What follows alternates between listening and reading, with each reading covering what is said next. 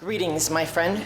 We are all interested in the future, for that is where you and I are going to spend the rest of our lives. And remember, my friend, future events such as these will affect you in the future. You are interested in the unknown, the mysterious, the unexplainable. That is why you are here, and after tonight's performance, you will never want to return. And now, for the first time ever, we are staging for you Edward D. Wood's timeless cinema masterpiece about the fate of our future. We will be acting out all of the evidence based solely on his screenplay and the poor souls who helped create this cinema masterpiece. The incidents, the places, my friend, we cannot keep this a secret any longer. Let us punish the guilty. Let us reward the innocent. My friend, can your heart stand the shocking facts about grave robbers from outer space? Do you have the stomach to sit through Ed Wood's Plan 9 from outer space?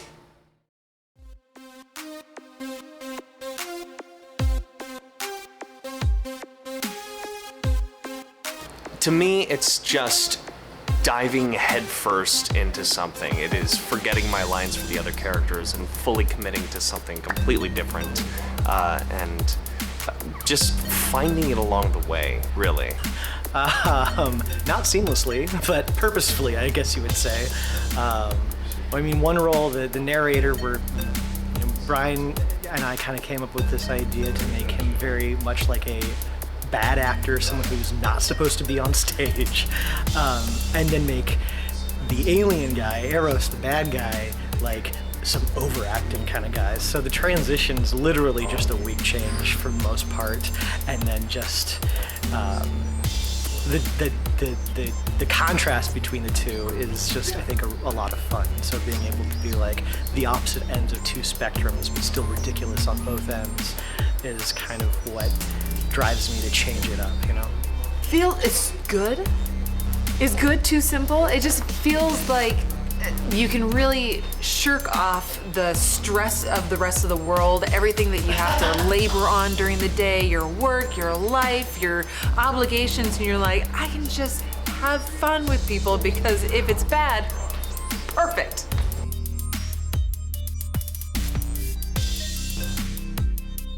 It is, for me, it's a love letter to all of the mistakes I made in the past and the mistakes I will make in the future, embracing that and running with it. And honestly, it's all of the jokes and all of the line reads that I've said in previous shows where the director said, I think we need to take it back a notch, and just giving that and letting the audience decide whether it's good or bad. It's pretty bad, but let them decide that. A blast.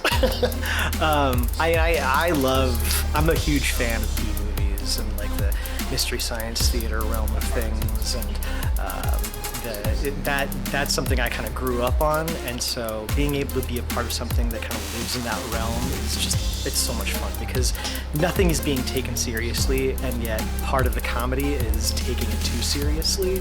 So it's kind of stupid in a genius way.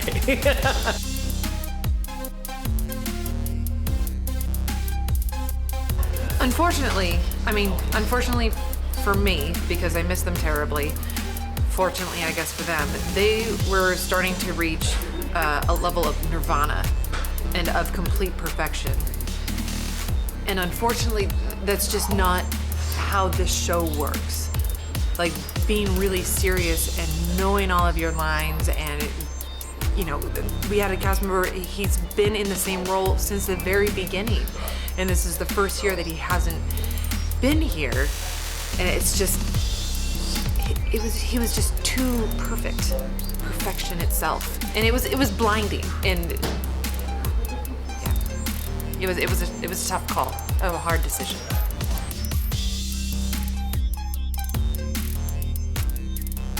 And that's a great question.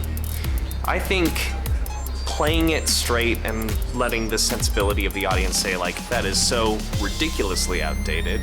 The only thing I can do is laugh. I'm terrified and uncomfortable by doing that stuff. And, just being as schmaltzy as possible goes a long way. I don't know, do we? I think, again, that's the same thing. It's the taking it too seriously and knowing that there's hopefully no way we really would take it that serious. Like, that lift of the chair that he does is one of the most awkward laughs in the audience, but it's probably one of the biggest laughs as well, because it's so uncomfortable, but it's also hilarious because it has to be acknowledged that there's no way we would approach that with reality, Well, we try to do it every year, and sometimes it's funny.